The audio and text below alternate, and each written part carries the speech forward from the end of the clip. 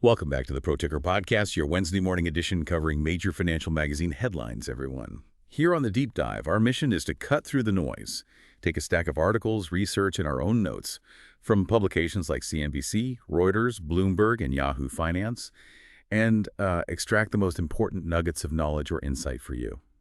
We aim to deliver the essential insights you need to be truly well-informed about the global economy.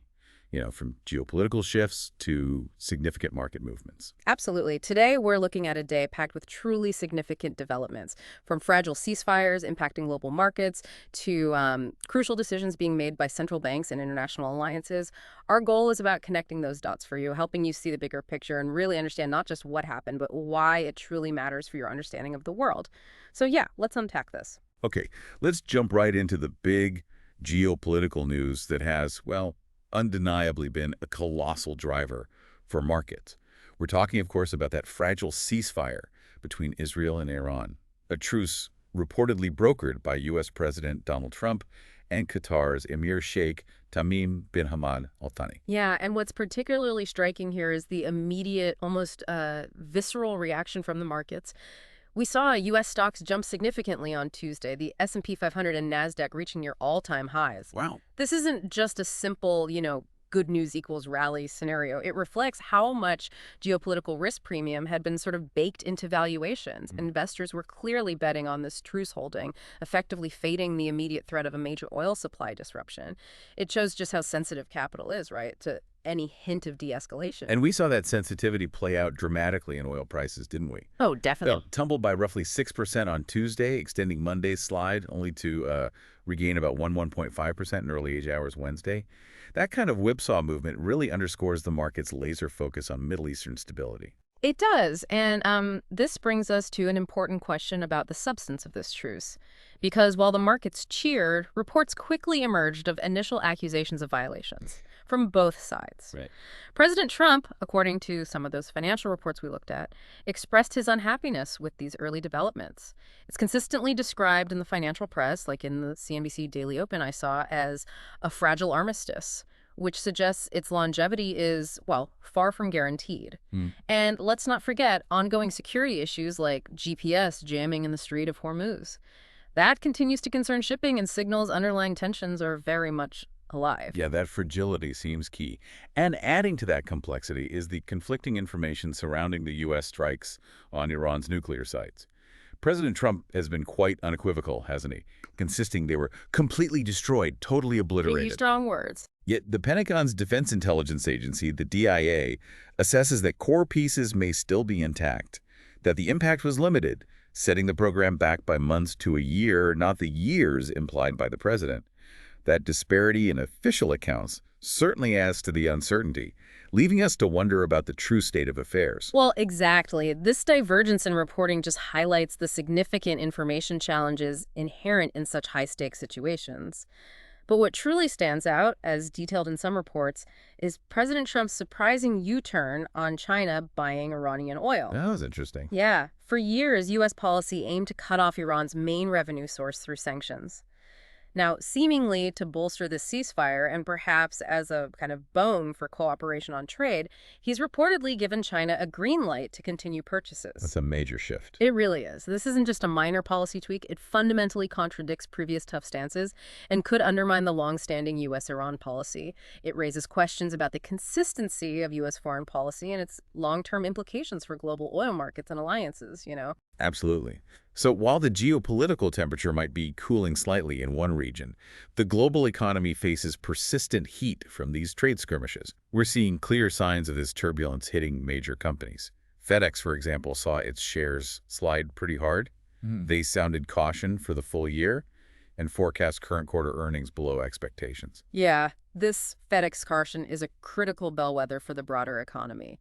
Their CEO, Raj Subramaniam, explicitly cited volatile global demand due to pressures from U.S. tariffs. Right there in the statement. And their chief customer officer, Brie Carrere, specifically pointed to the end of duty-free status for direct-to-consumer shipments from those China-linked bargain sellers like Temu and Shein. Whoa, okay. As one analyst, Michael Ashley Schulman from Running Point Capital Advisors, aptly put it, FedEx is like the economy's Fitbit Yeah, I like that. Yeah, it's good. Its express, ground, and freight segments are all looking sluggish, reflecting broader business demand, e-commerce trends, and industrial strength. So when FedEx sneezes, the economy might just catch a cold. That's a great analogy. A true pulse check on the economy. And this brings us back to President Trump's approach to trade. Rick Newman over at Yahoo Finance offered a compelling comparison. He said while Trump might have bunker buster bombs for Iran, he apparently has no such decisive weapon in the ongoing trade war. That's quite the analogy, isn't it? And it speaks to a deeper truth, perhaps. The Yahoo Finance piece suggests that Trump is often bluffing with tariffs, and his adversaries, along with the market, have largely adjusted to this. So the market's calling the bluff. Well, maybe. Despite initial sell-offs during past tariff announcements, the S&P 500 has largely recovered, and analysts like Brian Belsky of BMO Capital Markets are actually boosting their year-end targets. This suggests the market doesn't expect tariffs to severely harm corporate profits long term. So this raises an important question. Is the market genuinely seeing through the bluffs and adapting? Or are we simply entering a new, ongoing reality of persistent, low-grade trade frictions that companies have learned to navigate? Hard to tell. Yeah, the lines between rhetoric and reality in trade policy are increasingly blurred. And adding another layer to this complex trade discussion, we're seeing reports, I think it was CNBC, that China is actively promoting the use of its yuan, particularly as global confidence in the U.S. dollar appears to falter.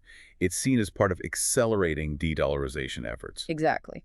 Dan Wang, director of Eurasia Group's China team, was quoted highlighting this strategic push. While progress remains uneven, China is certainly accelerating its de-dollarization efforts. The dollar index has tumbled significantly this year, while the offshore yuan has actually strengthened against the dollar. Interesting dynamic. It is. And this isn't just about currency exchange rates. It's a strategic move to reduce reliance on the U.S. dollar in global trade and finance. It's a long game, but the momentum, as seen in various financial publications, is definitely building. Okay, shifting gears then. Let's turn our attention to central banks, where we see quite different approaches to managing their respective economies. In the U.S., Federal Reserve Chair Jerome Powell reiterated the Fed's commitment to keeping inflation in check, maintaining that well-positioned-to-wait stance on interest rates. Yeah, and what's notable there is Powell's explicit emphasis on waiting. Waiting to fully understand how tariffs might affect prices and the broader economy before making any policy adjustments. So caution is the word. Very much so. It speaks to a very data-dependent approach. And it comes amidst predictions, I think, from Pantheon Microeconomics that a weakening labor market by September could give the Fed ample ammunition to cut rates. So this suggests a potential path to easing, but only if the economic data provides a clear signal, and critically, if tariffs don't unexpectedly fuel inflation. Right. Now compare that cautious approach to Japan. It's a very different story over there. Reports indicate Japan's inflation has been above the Bank of Japan's 2% target for over 3 years. Since April 2022 for headline inflation, October 2022 for core inflation. Yeah, and that core figure strips out volatile food and energy prices, right, giving a clearer picture of underlying trends. Exactly. Yet the BOJ remains an outlier among major central banks, largely holding its policy rate steady at, what, just 0.5%? Near 0.5%, yeah. This inaction, despite persistent inflation, raises a critical question. Why the hesitance? Well, expert analysis seems to point to two main reasons. Firstly, the BOJ views much of this inflation spike as temporary, largely driven by unique supply issues like soaring rice prices. Rice prices, huh? Apparently, they more than doubled in May, according to reports, rising 101.7%, marking the largest increase in over half a century. It's a localized, supply-driven thing. Wow, okay. Secondly, and perhaps more significantly, there are acute growth concerns. Unresolved trade negotiations with the U.S. could lead to a painful 25% reciprocal tariff on Japanese imports. Yeah, so a rate hike now would likely strengthen the yen, making Japanese exports less competitive at a time when Japan's GDP has already declined. So the BOJ is walking a very, very delicate tightrope, prioritizing fragile economic growth over aggressive inflation targeting. Makes sense. Tough spot. Okay, so from the global macro down to the intensely local, we have compelling insights from Yahoo Finance about the D.C. housing market. It seems federal workforce layoffs are finally starting to leave their mark there. Yeah, this is what some are calling the Dodo-G effect. Dodo-E referring to the Department of Government Efficiency's efforts to shrink the federal workforce through layoffs and buyouts. And the data from Bright MLS, cited by Yahoo Finance, is stark. For sale inventory in the Washington, D.C. metro area is spiking. Spiking. Nearly 40% of surveyed agents reported working with clients affected by these layoffs last month. This shows a direct and immediate impact of policy decisions on a very specific local economy. So, okay, inventory is climbing, but prices haven't eased significantly yet. The median home still just under $660,000 in May, up 3.1% year over year. That seems pretty resilient. You're right. The sticker price hasn't dramatically shifted yet, but the expectation is, as suggested by Lisa Sturdivant, Bright MLS's chief economist, for prices to grow more slowly, possibly even declining year over year in some specific D.C. markets. The key word here is uncertainty. Uncertainty. As one local realtor, Diane Yokelson, noted, people are actively considering leaving the D.C. area for more affordable places. This isn't just about statistics, it's about the tangible impact of federal workforce shifts on everyday lives, influencing where you can afford to live and shaping the long-term demographics of a major metropolitan area. Really brings it home. Okay, let's wrap up our look at major headlines by turning to another crucial international development, the NATO summit in the Netherlands, described in reports as a moment of truth, as leaders seek unity on a defense spending hike. Yeah. This is a monumental decision. Huge implications for global security, economic alignment. It ripples across defense industries and national budgets. NATO allies have been pressured to commit to spending 5% of GDP on defense by 2035. That's a significant jump from the 2% target pledged back in 2014. A target some members, like Canada and Spain, have already struggled to meet. Exactly. They've struggled with the 2%, now the talk is 5%. The expectation is for the 32 member states to greenlight this hike at the summit this year. But there's clear pushback, isn't there? I read Spain reportedly sought an opt-out, calling the 5% target unreasonable, pushing for more flexibility. And Belgium echoed that sentiment. Italy, too, voiced skepticism, even questioning the very purpose of the alliance just last week. Oh. So this indicates some deep fault lines within NATO. It really does. And it raises a fundamental question about the future unity and effectiveness of the alliance. While NATO Secretary General Mark Rutte expressed confidence in the U.S. commitment to NATO, he didn't shy away from acknowledging the huge irritant of Europeans and Canadians not spending enough.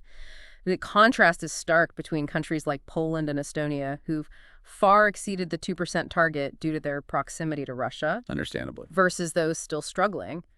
The debate isn't just about a number, it's about burden sharing and the very principle of collective defense, especially when even a figure like President Trump has appeared to question NATO's central tenet, Article 5, as he arrived at the summit. Yeah. It's a complex balancing act between shared strategic goals and individual national priorities and economic realities. This deep dive truly highlights how incredibly interconnected everything is.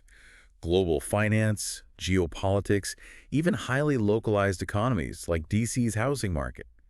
We've covered everything from the delicate balance of a Middle East ceasefire and its immediate market ripples to the nitty-gritty of defense spending commitments.